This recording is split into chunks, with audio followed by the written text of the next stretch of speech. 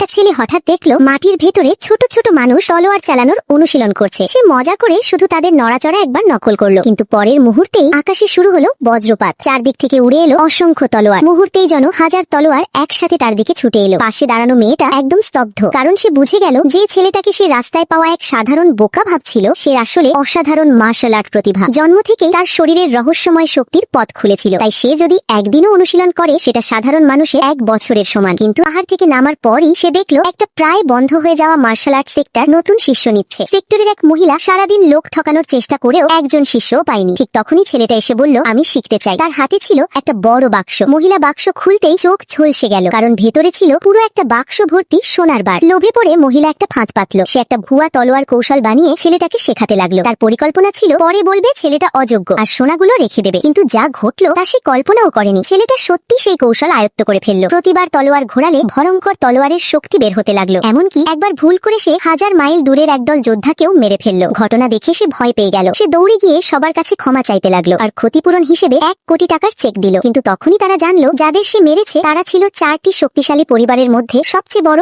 Lin পরিবারের লোক। আর এখন তাদের পরিবারের প্রধান মৃত্যুর দ্বার প্রান্তে। তাকে বাঁচাতে পারলে তবেই সব বিপদ মিটবে। ছেলেটা ভাবলো এটাই তার সেক্টে ভর্তি হওয়ার শেষ সুযোগ। তাই সে মরিয়া হয়ে বলল, আমাকে চেষ্টা করতে দিন। মহিলা বাধ্য হয়ে তাকে একটা চিকিৎসা বই দিল। বলল, এটা আমাদের সেক্টের সবচেয়ে শক্তিশালী চিকিৎসা বিদ্যা। কিন্তু সত্যিটা হলো ওটা আসলে মাসাজ শেখার বই। সবাই ভাবলো ছেলেটা এবার বড় ভুল করতে যাচ্ছে, কিন্তু ছেলেটা বইটা পড়ে উঠে দাঁড়ালো আর বলল, আমি রোগটা সারাতে পারবো। তারপর সে একটা মোমবাতি নিয়ে রোগীর শরীরের কাছে আনলো আর শুরু করলো অদ্ভুত এক চিকিৎসা। সবাই হাসছিল, কিন্তু হঠাৎ ছেলেটা আকাশের দিকে তাকিয়ে বলল, হে দেবতানা, জীবনের শক্তি ফিরে আসুক। আর ঠিক তখনই ঘরের ভেতর অদ্ভুত এক শক্তি ছড়িয়ে পড়তে শুরু করলো। তা দেখে সেখানে থাকা সবাই স্তব্ধ হয়ে গেল।